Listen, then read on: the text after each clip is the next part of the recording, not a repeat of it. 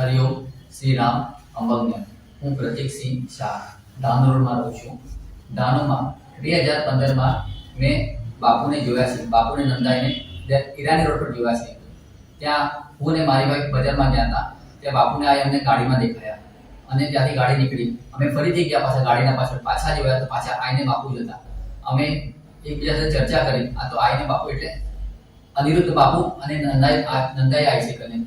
પણ અમે એમને જાણવામાં ફર્સ્ટ ટાઈમ જોયા અને અમે એમના વિશે કશું જાણતા નહોતા. અમે પછી અમારા બાજુમાં નીતા બાપી રહે છે, એ ઉપાસનામાં જાય છે. એમના ઘરે બાપુનું બધું સ્થાપના છે. અમે એમને વાત કરી તો એમને અમને કીધું આ તો બાપુને તમે આઈને દર્શન થયા તમને કરીને. પછી એમને અમને કીધું કે તમે કેન્દ્રમાં કેમ જોડાતો, ઉપાસનામાં જોડાવો તમે કરીને, કારણ કે અમને બાળક થતું નહોતું. અમે બધા દવાખાને ગયા, ઘણા દવાખાના કર્યા, ઘણી દવાઓ કરી, પણ અમારે રિપોર્ટ નોર્મલ છતાં અમને બાળક રહેતું નહોતું. તો ભાભીએ કીધું અમને કે તમે એકવાર કેન્દ્રમાં આવો, બાપુના સામે પ્રાર્થના કરો, બાપુને વિનંતી કરો, બાપુ તમને જરૂર એમનું ફળ આપશે કરીને. પછી અમે જોડાયા, કે નીતા બાપીના ઘરે ગયા, ત્યાં બાપુના દર્શન કર્યા, ઉપાસનામાં ગયા, ત્યાં બાપુને પ્રાર્થના કરી, બાપુની સુદીપ કરી અને બાપુએ બીજા જ મહિને અમને રિઝલ્ટ આપ્યું અને એ જ મહિને અમને કન્સીવ કર્યું અને દિવાળીમાં નવા વર્ષના દિવસે અમારા ઘેર બાળક જન્મ્યા. એ બાપુની જ કૃપા છે. એ ફક્ત બાપુ જ કરી શકે, બાપુ સિવાય કોઈ નહીં કરી શક્યું.